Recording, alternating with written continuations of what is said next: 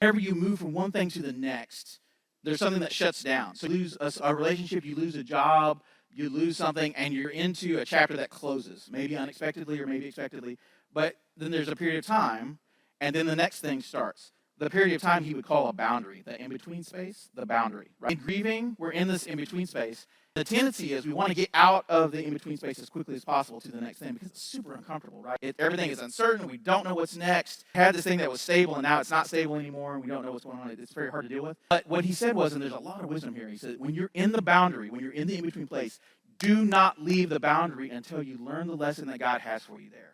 Man, that is good advice. That is real advice. Because God has something amazing for you in the boundary, and actively do not leave it because you're uncomfortable.